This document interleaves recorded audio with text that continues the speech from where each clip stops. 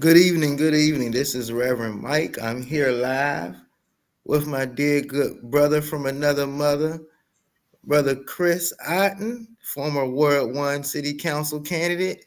How you doing, Chris? I'm doing well. How you doing, good Reverend?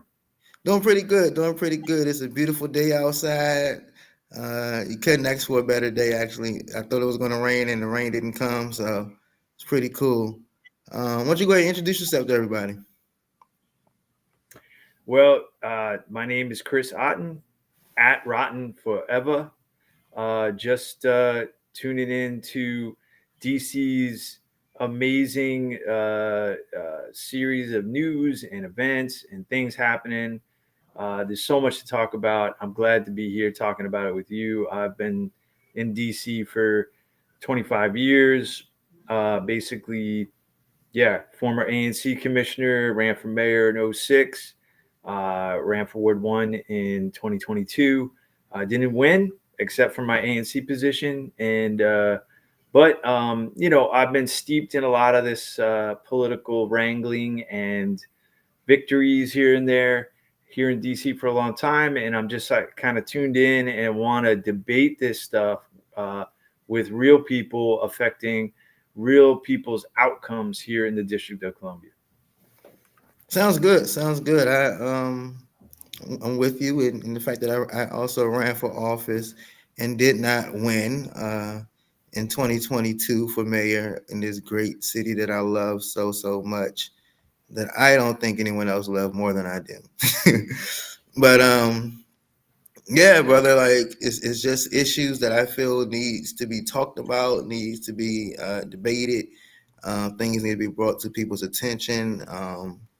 And I'm all here for it, you know. So as we get into it, as we dive into it, I'm going to let us hear some brief updates from our mayor. We're going to start talking about the budget uh, issues, and but first, let us just view this video. Cut is to a program that helps our neighbors in need by providing money for rent if they're facing eviction. It's called the Emergency Rental Assistance Program. And now we're learning the mayor wants to cut funding for that program in half. Our Rafael Sanchez Cruz is digging into this for us. And Rafa, so the mayor said today she doesn't believe everybody is using the program in the right way. Yeah, that's right. The debate over how much money the program needs is not new, but what is new is Mayor Bowser calling into question whether some D.C. tenants are using emergency funds because they simply don't want to pay their rent. Mayor Murrow Bowser's proposed 2025 budget cuts D.C.'s emergency rental assistance program in half, from $41 million to $20 million. Is that because you believe that half of ERAP applicants are using the program fraudulently? I believe that there are people who are using ERAP that can pay their rent. It was this comment that prompted a sparring match between the mayor and the chairperson for the Committee on Housing, Robert White. Don't pay your rent. The government will do it for you, and it will never be enough. That is an absolute illogical jump from the reality that I'm talking No, this about. argument is illogical. The program known as ERAP provides low-income tenants who are facing eviction with money for overdue rent. For a family of four in D.C., they would have to make less than $61,000 a year, according to D.C.'s ERAP website. Tenants can apply once a year and are eligible for up to 5 months of rent payments. For example, according to the program, for a two-bedroom in Columbia Heights, a tenant would get a maximum of $2,760 a month. You will face eviction if you don't pay your rent. And if you think the government is going to pay it, you stop paying. I think you need to have more conversations with people struggling in this city, Mayor. When ERAP applications opened in January, 3,500 people applied in 4 hours. The high demand led to the website crashing for applicants like Assam. He keeps saying the maintenance issue, and everybody was freaked out. Bowser's current budget proposal gives ERAP $12.6 million more than before the pandemic. Last budget cycle, the mayor proposed $8 million. The council brought it up to $21 million. D.C. officials say the ERAP program would need up to $100 million of the budget to meet the city's current yearly demand. As the debate over the dollars continues.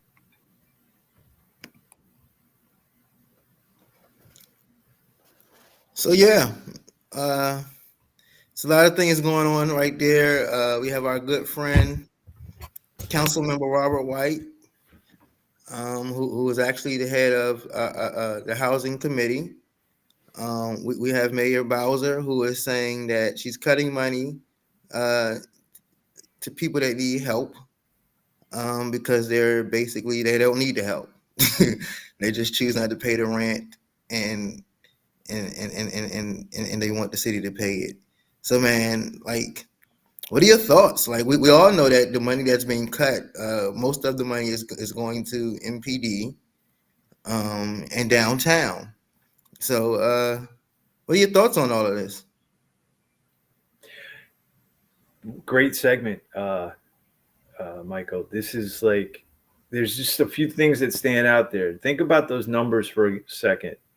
2.5 stacks a month from the government to an absentee landlord who may or may not even live in the city.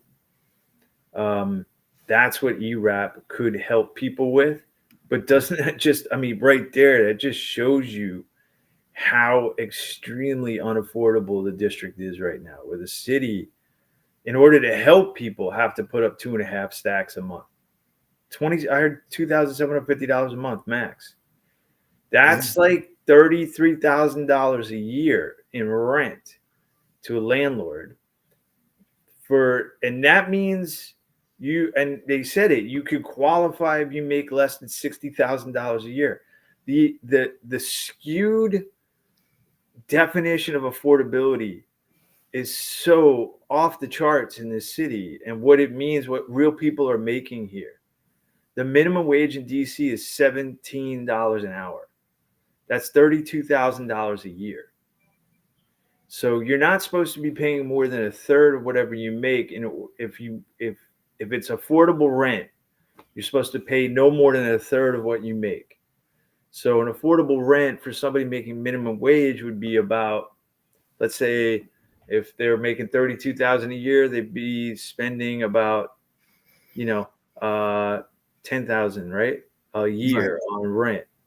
And so $10,000 a year on rent, that's like less than $1,000 a month, right? That's like about $850 a month. That's where DC's rents used to be, like 2005, 06, right? Right. And then this concept came about called inclusionary zoning. And it was a government policy that sounded great to all of the progressives and the do-gooders out there in DC. It sounded like great because it required affordable housing in every new building built. But that policy has led to what we see now in terms of skewing what affordable actually means and who it's going to benefit. Affordability right now is benefiting people making up to $60,000. Think about that. You can make $60,000 and qualify for ERAP. So the pool of people that qualifies for this small amount of money the city budgets every year, is very big. It's for anybody making $0 to $60,000 a year, right? And so if you're making $60,000 a year, you're competing with somebody who's been in DC for a long time, who maybe is making 35, 40,000. How about the racial income gap in DC, where most Black folks are making less than 50? So the reality is, by it being so skewed and helping somebody making 60,000, you make that competition for that small pot of money so hard and so high that less and less people who really might need it, like the folks who cannot pay rent, though, not the people that maybe Miss Bowser's talking about, the real people who cannot pay rent because they're making minimum wage. So wait, so are you saying that you believe that the people that Mayor Bowser talking about, you believe they do exist though? I don't think so. Okay. I don't know. What do you think? Why would anybody? I mean, it just doesn't seem real. It's not real in my experience. I don't know anyone who just decides they're going to go 8 months without paying rent purposely and then apply for ERAP. I don't see it. I haven't heard of it. And I don't know where she gets that unfortunate information. I think she is so used to having her developer friends game the system that she's actually projecting how everyday people who are just trying to live and survive and get along and be here in their city, she's projecting how the people she hangs out with would behave.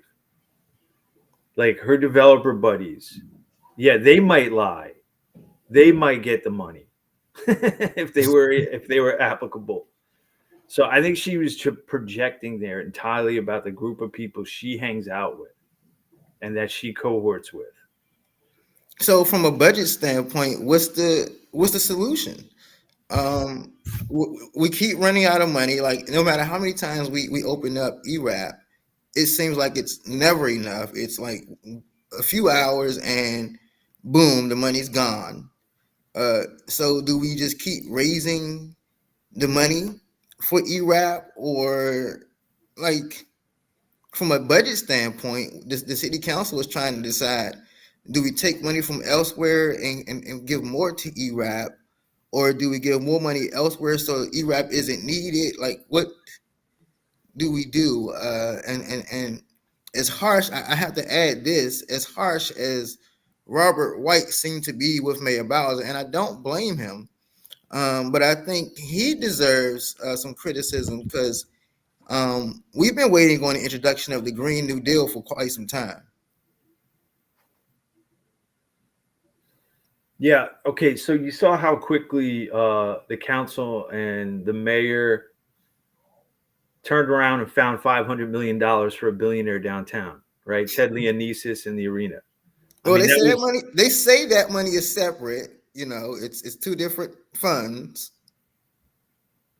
I mean, yes, it's out of the capital budget. So what is the capital budget?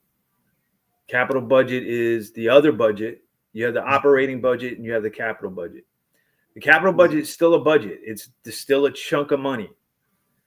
Instead of it coming out of tax flow that comes into the city every year, it comes out of a pot of money that's generated when the city pledges to Wall Street that it will pay back Wall Street for a loan. So the capital budget comes out of municipal bonds that are floated on the market, that all the investors of Wall Street buy. We take that money and we say, hey, we'll pay you back in 10, 30 years, 10, 20, 30 years at this interest rate. And we're good for it because we're a municipality. So we'll pay you back at 4%. So it's a 4% loan. That's what the capital budget is. That's what the capital monies are. And so it's still a chunk of money. And it's like, you know, it's like, what are they spending it on is the question, right? Right. How about 300 million plus servicing? And when I say servicing, the loan debt reservicing, 300 million for a streetcar on H Street that does absolutely nothing for people except give them a hard time when it's broken down. Or all the people that got displaced, all those small businesses that got displaced on H Street. That's one example. Another example, the convention center. Who does that serve in our city? I don't know how, does that help any homeless folks? Or does that help any people who are really, you know, trying to stay in the city? How about $250 million for the Marriott Hotel on Massachusetts Avenue, right next to the convention center? Capital budget. How about $1 billion for the baseball stadium? How about $85 million for the Mystics practice center in Ward 8? How, you know, this is all out of capital budget. Also, schools, libraries, that all comes out of the capital budget, right? Right. Roads, this sort of stuff. And then the operating budget is like for maintenance and all of that. But to build the stuff, it comes out of the capital budget. We borrow money to lay a chunk of that money down to get a contractor, insurance, and to build the darn thing. And then the maintenance comes out of the operating budget, which is every year. The taxes that come in every year. So those are the two different budgets. You have a capital budget, operating budget. When they want to throw at you, oh, that's a different budget and it's apples and oranges. And yes, technically it's true, but it's all municipal money. It's all city money that we. You don't think that our city, without the Capitals and without the Mystics and without the Wizards, you don't think we would suffer a blow, and you don't think that that would hurt tax money that goes towards programs such as ERAP, such as our schools, things of that nature. You don't think that we need a robust downtown and that we need these sports teams to help our economy? I mean, I'm not convinced of it. I mean, the economy has already busted because of the pandemic. I didn't see the Caps and Wizards saving us from that. The downtown is in the state it is because there's no office buildings left. It's not because the Caps and the Wizards are here or not. I mean, I'm very fond of my hero almost, Marion Barry, Mayor for Life. And one of the things that he kind of made his thing was he wanted to build downtown, and he thought that was very critical to our city. And so I don't want to be the devil's advocate. I don't agree with the mayor per se, but I have to say that I think it does matter that we do keep our teams downtown. Now, what I'm more critical at is could we have come up with a better agreement? At one hearing, Councilmember McDuffie asked a question, and he said they went out and made a deal in Virginia that got turned down. And it seems like we should have been at a very better negotiating place at that point. So he doesn't understand why we have the deal that we have, and it's not better. So I kind of agree with that, where I don't think the mayor and her team did a great job of negotiating for our city. But I do think that we do need our teams downtown. And I'll even go as far as to say, and we're going to save this for later because it affects a race in Ward 7. But I'll even go as far as to say a football stadium, definitely will help our economy as well. It's just not proven in the facts. I mean, I'd like to see more evidence, but imagine this. Let's say the Caps and the Wizards did leave. Imagine that's our stadium, right? The city built it. So imagine how much economic activity would regularly happen if we had all the high school teams down there every weekend playing or during the week, like Dunbar versus Eastern, whatever. Like we just have we have it, like it gets real at the Cap Center, at the arena for our people and for our teams. And we manage it. I think as much economic excitement and activity would happen if we promoted from our own people and our own teams. And frankly, like I don't know, some of the bars get help, some of the restaurants get help down there, during game night, but a lot of those folks don't even live in DC. Like Caps night, it's lily white. It's a lily white arena, in terms of demographics. And most of those folks aren't from DC. And, okay, fine. There's a little bit of flow of money in, but I just wonder, with all the taxes that might have been generated over the last 10 years, are we now just turning it back over to Ted Leonesis, a billionaire, and by the way, there's only 300 Chinese people left in downtown, and there's only 300 or 200 and something Black folks left. Speaking of Ted, there's something that did kind of, for lack of a better word, piss me off. Not only was it this money agreement, but there were a few other things that they threw on in the hat for Ted Leonesis and Monumental Sports. And one of them in particular was that he wanted to move the bus stops a little further from Capital One Arena, and he also wanted it to be guaranteed drug-free zones. To me, it kind of sounded off as, we don't want those blacks coming around making trouble. And I have to say that. Did you kind of get the same vibe from that?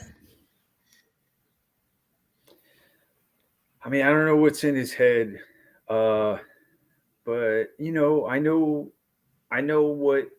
who should know what's in his head, and that's our council, who was all there mostly clapping behind him, and our mayor. Like, I mean, why don't they know what he's thinking when he comes up with this stuff, and they're like basically shaking a deal on principle to these points? Like, what? Why don't they know? This is not a small chunk of change, right? This is $500 million, and we have kids going to bed hungry every night in this city, right? We have some of the highest illiteracy rates in the nation. We have some of the highest rates of deaths of mamas giving birth.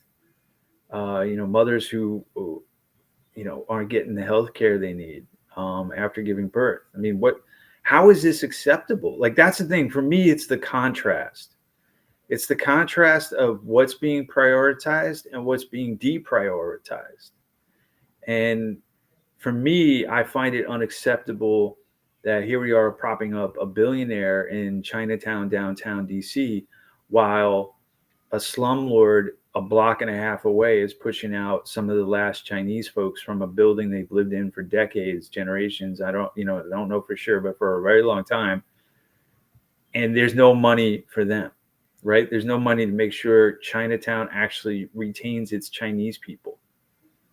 And I heard the refrain, "What's Chinatown without Chinese people?" And it's sort of like, I don't see how we turn around as a city and prioritize a billionaire, but then just kind of leave the Chinese folks that have been down there in the dust. And the same could be true for Chocolate City. Like, what is Chocolate City without Black folks, right? I mean, 60,000, the census number, 60,000 Black folks made gone over the last 2 decades since all of this Bill Moore and luxury this and luxury that and $8 coffees and $10 beers. And I mean, it's, again, I get back to that minimum wage, or $17 an hour, 33,000 a year. I mean, it's just, we're not talking about a very sustainable city for people who've been here. And our budget is actually critical. It speaks to all of that. Like, what gets prioritized? And I'm sorry, I don't think sports stadiums and billionaires are gonna save us. I think it's we gotta move on, but we can kind of stay on the same topic because I want to kind of switch to our elections that are going on. We have an election going on in Ward 4 for council, an election going on in Ward 7 for council. And we also have our at-large race with Robert White and Christina Henderson running as well. And so one of the big issues in Ward 7 in that race is the stadium. And I mean, quite frankly, it affects every ward. It would have to be voted on by every council member and signed by the mayor. So one particular candidate, Ebony Payne, is definitely, and that's Ebony with a Y, is definitely adamantly seems to be opposed to building a stadium. Do you think a stadium would help the people of Ward 7? I don't know. I really don't know. I mean, I think jobs will help. Will stadium jobs help? Are people, when they build this stuff, do they hire folks from here? Do they hire, you know what I'm saying? Like, is it going to be the types of jobs that actually pay people enough so they don't have to file for ERAP? Right? I mean, that's the thing. So these things are interconnected. It's like, if it's the easy way out. You don't think that people have to start somewhere before you have to, like they say, you have to crawl before you have to walk? I know that when the National Stadium came, there were a lot of friends and family that I had that were excited that they finally got a job. And even though it was at the National Stadium, they appreciated it, and you don't think that bringing the glory days, quote unquote, back, and bringing the team back to DC at FedEx, at the site of FedEx Field, uh, you don't think, I mean, at a time where crime is one of the most talked about subjects, you don't think that a stadium would help as far as, bring on a lot of employees? They might not, start off at 80,000, but it does help you somewhere. I mean, yeah, I mean, I can't disagree with that. I just think, like, what is there? 8 games at home every year. So it's 8 days out of the year. And then you might get the playoffs, but we're talking about the Commanders. So that's I mean, this is Josh Harris. This is not Dan Snyder. We're talking about Josh Harris, who almost has that Jerry Jones, Jerry World vision, who wants to build this state-of-the-art, modern stadium, and it won't just be for the Commanders. It's going to have all kinds of concerts and all kinds of events going on in there all throughout the year, and it's going to generate so much fun, so much revenue. for him. And also there's this sort of like morale factor, right? Like our people are kind of at a part where there's a lot of killings going on, there's a lot of crime going on, no one trusts each other, and we remember back in the days where we were at RFK, and it was like this brotherhood. Everyone, it was feeling this love for the Commanders, and it just kind of brought the city together, especially under head coach Gibbs. You don't think those things in a way are valuable? I mean, there's a lot of intangibles there, that I think are valuable. However, I mean, okay, look at Nat Stadium. I mean, have you been to Buzzard Point of late? Of late? No. Yeah. When was the last time you were around Nat Stadium?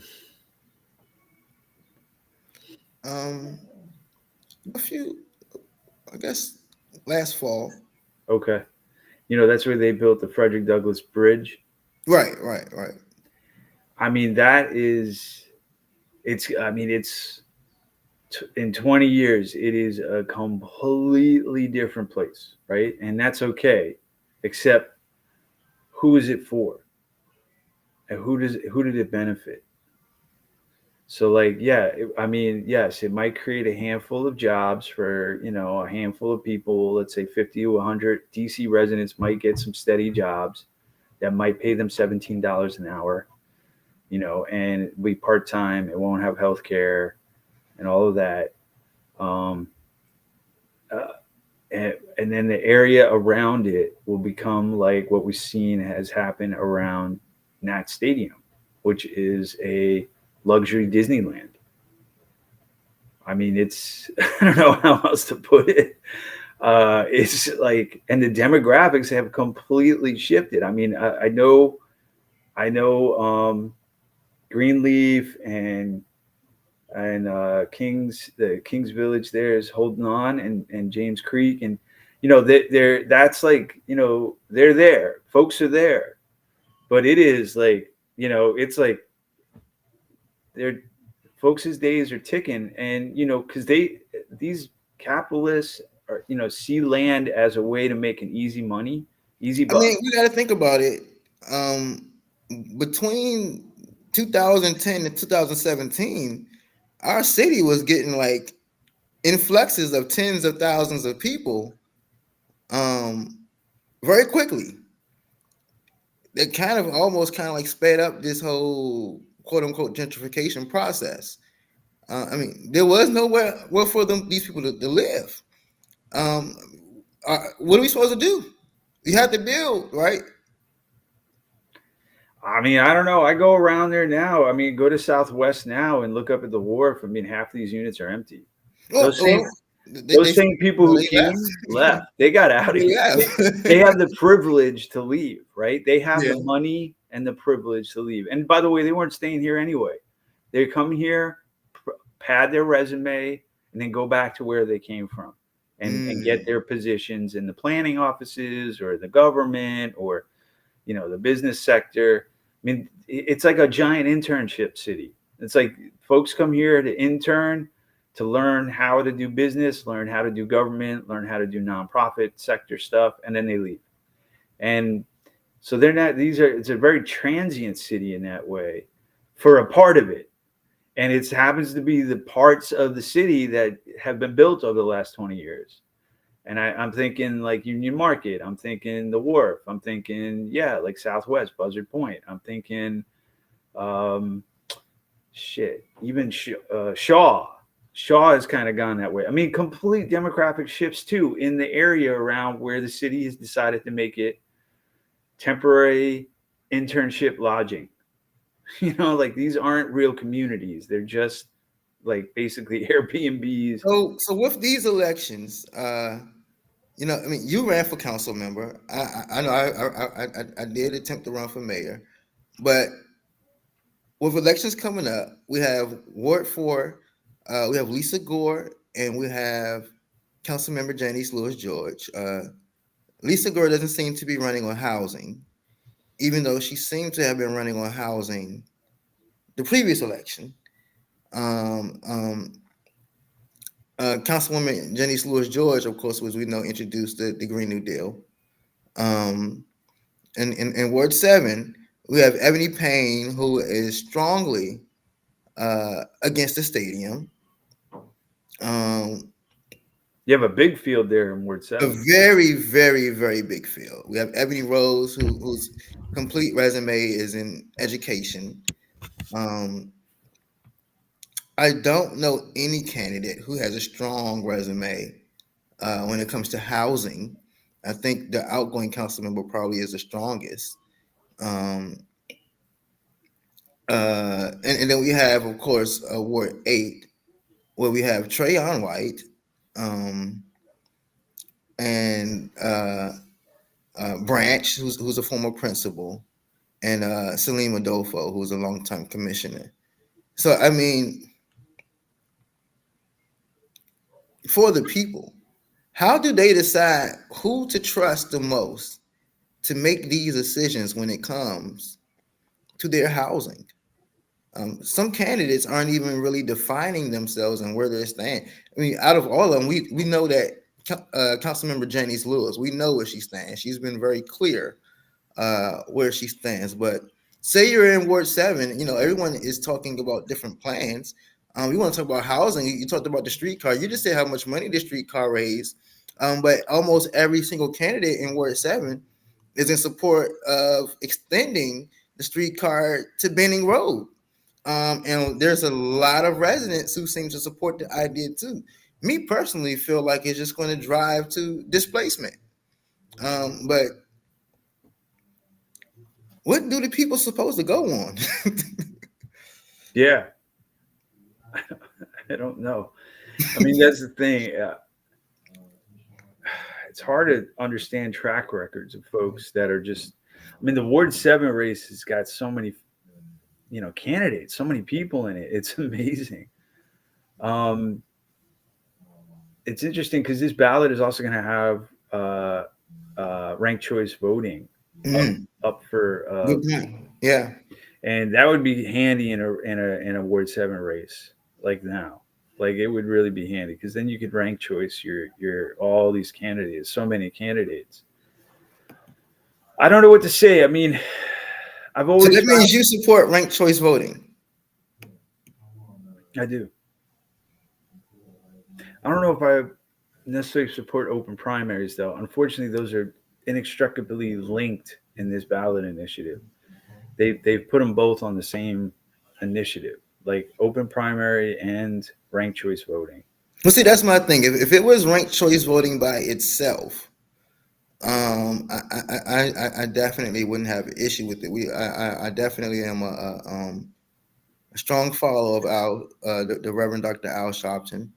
and I follow him in New York, and it seems to have had an effect in New York City. So and he supports it. So I have always supported it ever since then. But I don't know if I can support the initiative because I don't know if I want to open the door for Republicans voting in my primary. Well, it wouldn't open the door for Republicans to vote in your primary. It would open the door for independents to I mean, vote. that's what I meant to say. Yeah, independence. Mhm. I mean, especially in this city, especially what we already have seen. We already have seen Democrats switch to independent, run for office, switch back to Democrat. It's just, it just doesn't seem like it would be a genuine vote. Well, I mean, I don't know what is a genuine vote. There's not a lot of folks voting. The Democrats haven't inspired us to march to the polls, if you know what I'm saying. Right. I mean, they're turning around $500 million of billionaires while kids are starving, right? And that's what I'm saying. Like, there's not a sense of a working class solidarity in the corporate Democratic Party that is in DC right now. It's not the Marion Barry of the 70s and 80s. I mean, it's just not.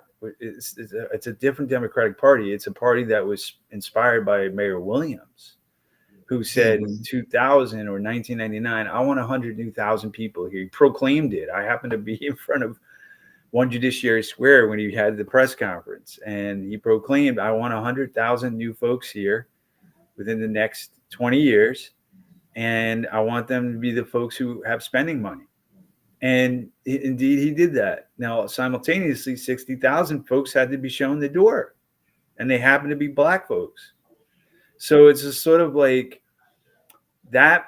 If we ain't going to deal with the facts and the realities of these policies, With the beginning of the non-citizens being allowed to participate in local elections, yeah, will that even things out, or will that help? I think it would help progressive policy making. But again, it depends on it all depends on the candidates. Like, if there's not a true progressive to vote for, then what are we talking about, right? Like, it's just going to still be the same sort of result, right?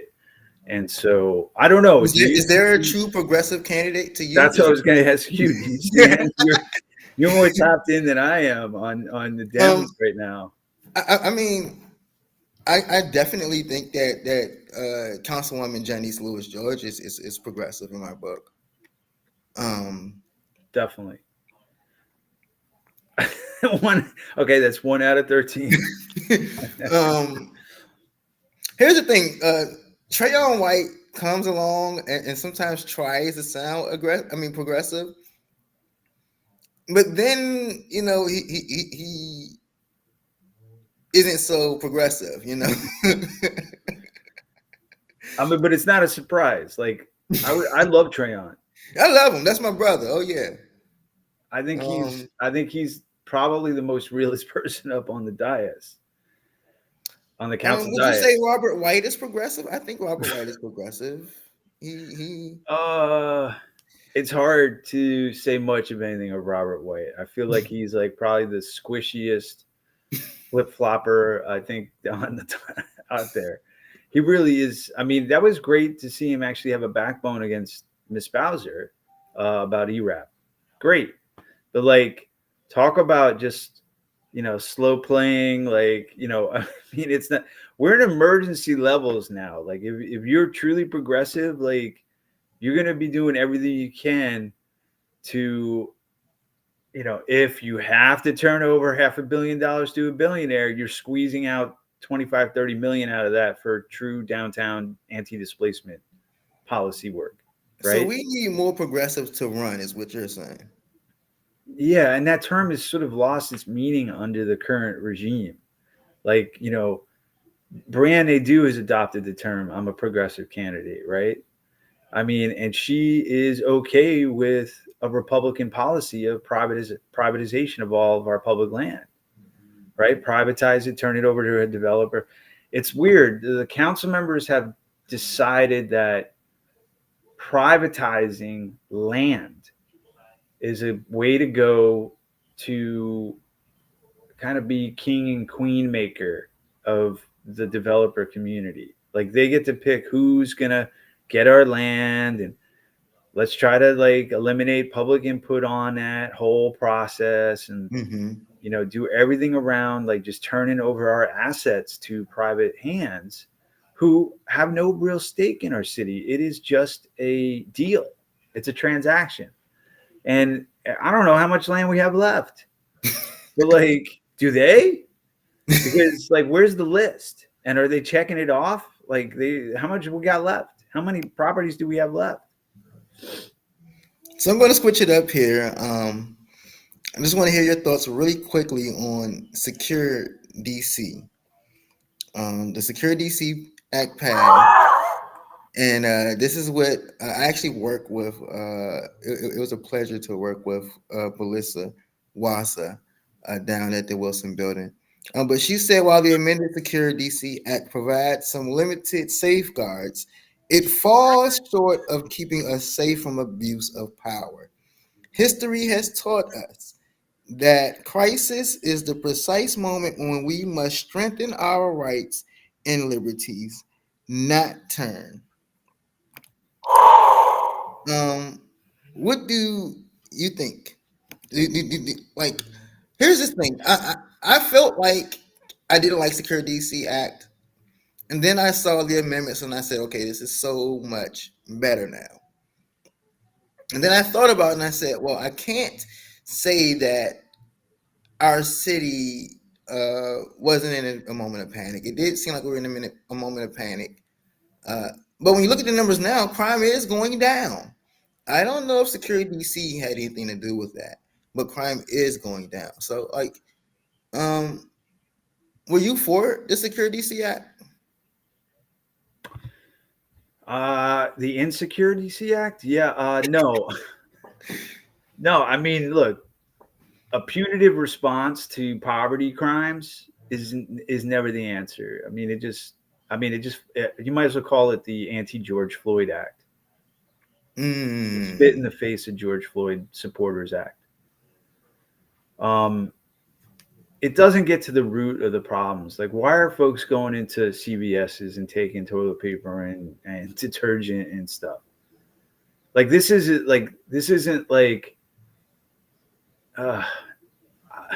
with the amount of white collar crime that's happening in the city, the amount of money that is given away to developers' friends, the mayor's developer friends, or just the networks of actual like tens of millions, hundreds of millions of dollars, and the land and the zoning appraisals and the air rights and entitlements. The amount of that money compared to a few toilet paper rolls and some detergent. I mean, it just goes to show you the disparity that we have in the city. Every one of these public land deals where some developer makes bank and goes on their yacht trip, means less affordable housing for folks who are like up against the wall going, what am I going to do? How do I survive my city without options? Like, they don't have folks in Virginia, Maryland, South Carolina, Florida, New York. They don't have places to go. They're here. They were born here. They want to stay here. To me, the idea of throwing folks in jail for that seems the opposite direction. Now, So, I mean, if you think that's overreaction, I just want to see. My name is I wanna hear your Ebony reaction Payne, to and this I'm running for candidate, Ward Ag. 7 DC Council. I grew up here, and the streets today are worse than at any point in my life. Crime and carjackings are out of control. People are even stealing our dogs. Enough is enough. When I'm elected, if you hurt or kidnap a dog, you're going to jail for a long time. Yeah, I mean, look, no, I mean, the carjackings and taking of people's dogs, like, it's like, how do you excuse any of that? Nobody's saying that. I think what people want to know, though, is can we get to the root of the issue? Why are people stealing dogs? Well, That's I have to go. I have to interject there because number one, I want is there's this thing where people are trying to weigh candidates. Pick a candidate for their strength in housing or a candidate because they're going to be strong on crime. But I must say that when you go to meetings, and I consider myself a progressive, and I'm more so always talking about violence prevention and those types of things, that it's the people, it's the parents, it's the voters, and they're like, listen, we need more police. Listen, people are getting right back out of jail, and we need something, harsher. And I Yeah, we mean, need more racist police on our street. That's what we need. No, but I mean, like, look, these are black people and brown people that are asking for more police. I mean, okay, it's a reaction. It's a reaction to decades of policies that have failed us as a people, as a city. It's a reaction because it's gotten so bad. The disparity has gotten so bad. And by the way, yeah, there's also this other critical piece of this that doesn't have to involve police. It's the prosecutors. There's been a purposeful non-prosecution of legitimate offenders, like people who have violently offended others with force have not been prosecuted. So that's like there's a huge gap here between we need more police to arrest the same people over and over again so that they don't get prosecuted. You know what I'm saying? Like, and actually prosecuting them. Or how about actually getting people affordable housing and real jobs that will pay the rent? Well, that's why I brought up Lisa Gore earlier, because Lisa Gore, when she ran for council at large against Anita Bonds, she heavily criticized Anita Bonds for her housing oversight.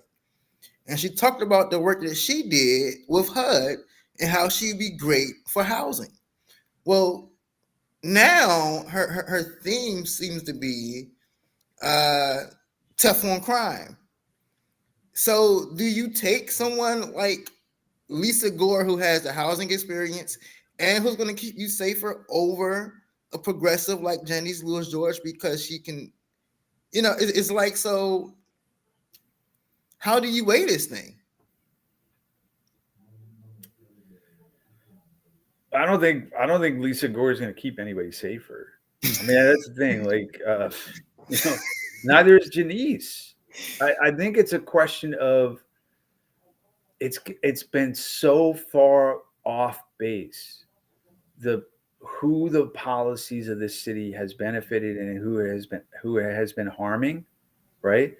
When Anthony Williams said, "I want 100,000 new," he didn't say white people, but he said people spending money to come into the city. That is where that in Alice Rivlin and the whole Brookings Institute and that whole cohort of thinkers, had set a series of policies out 20 years ago that was going to change starkly the demographics of the city and pander to moneyed interests, right? Versus where it was maybe under Mayor for Life. So it's like there was a complete shift in who we are supporting, who we're pandering to, who's getting the jobs, what kind of jobs we're going to bring here, who that's going to benefit, and a shift. Like, I mean, closing all the schools. Where did the schools get closed? Predominantly 5, 7, and 8. Closing of all your auto training center, all the sort of the job training centers and stuff. Where did that happen? 5, 7, and 8. Mayor Bowser is proud of. She's proud to say and to get spoken of the way that she has, quote unquote, beautified this city.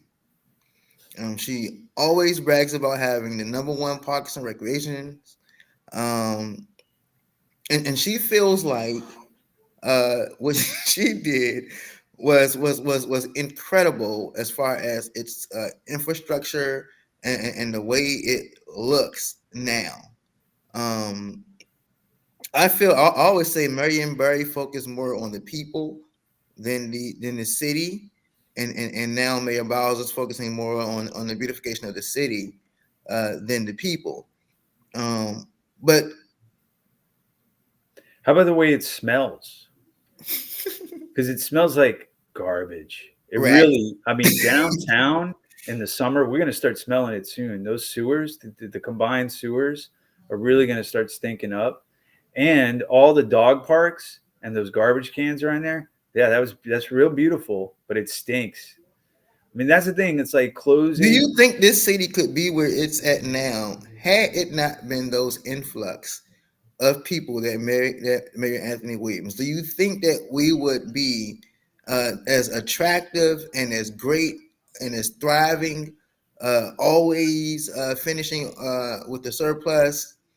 Do you think that we would still have been that city had we not followed through with Anthony Williams? I mean, I don't know what city you're talking about. It's a tale of two cities.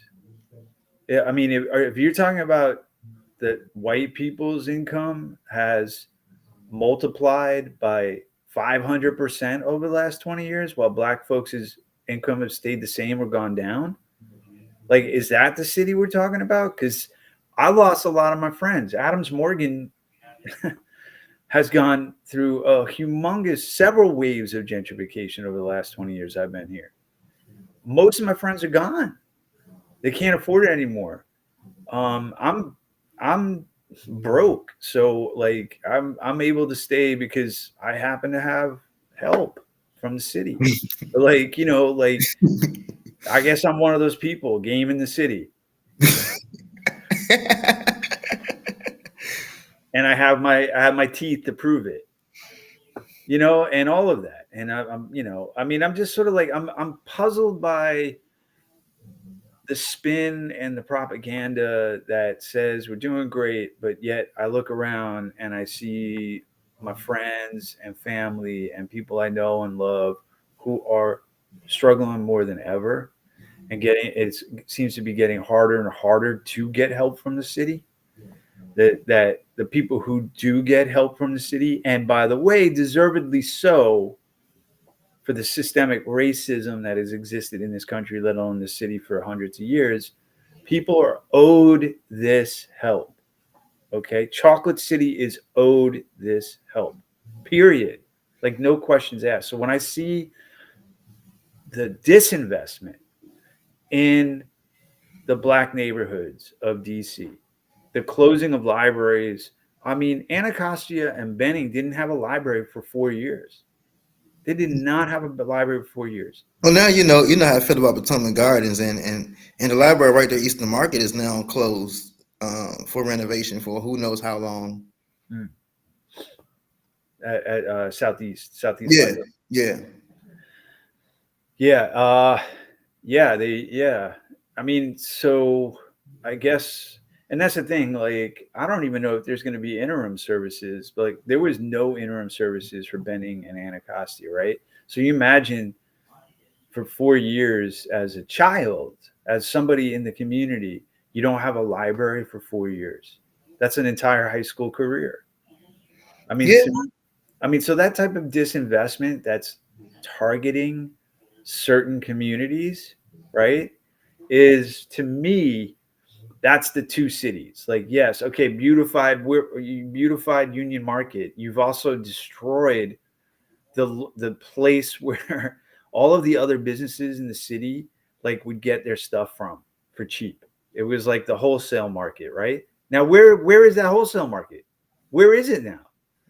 I saw a gigantic truck coming down the street the other day because there isn't a place for gigantic trucks to come in off the highway off New York Ave.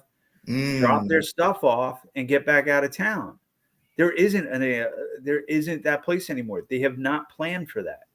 They have planned for luxury Disneyland 2.0. I mean, here it's another one. So you got around Buzzard Point, you got the wharf. We're up to actually 3 or 4.0, frankly. Union Market is like, it is completely different. Completely different. A policy, 6,000 new housing units there. 6,000. Guess how many quote unquote affordable family size units the city brokered away and giving away all those air rights at Union Market? Can you take a guess? out of 6,000 new units? 100. Go lower. Wow. 30. Lower. Wow. 10. 10. You got it. 10. That is crazy. 10 family size, so 3+ bedrooms, affordable units. Wow. 1,000 hotel rooms. 1,000 hotel rooms in addition to the 6,000 new luxury units. I mean, to me, it's purposeful policy, and so when I see folks like Robert White and Kenya McDuffie, say such great things from the dais, they know these deals are going on. They're in the center of them. They're the ones who, they eyeball this stuff. They know it's happening, just like the rest of us. And so, for them to be satisfied with this, to me, is the reality of what we're dealing with. So you know what? We got to make we're going to get somebody from the council on this show. we have to, and we got to start getting some answers from them straight up, face to face. But before we go, we're ready to close. This is our conclusion of our very first streaming of the People's Show, the People's Voice. Do you have anything to say for your last second? I'm sending love to the people of Gaza, and it's all about a land struggle in Palestine and a land struggle right here in DC. It's unfortunately definitively connected. We want people to stay on the land and take their land back. I just want to highlight a stat that I have been talking about for the past week or so. 40% of families in DC are families that consist of a single mother. 40%.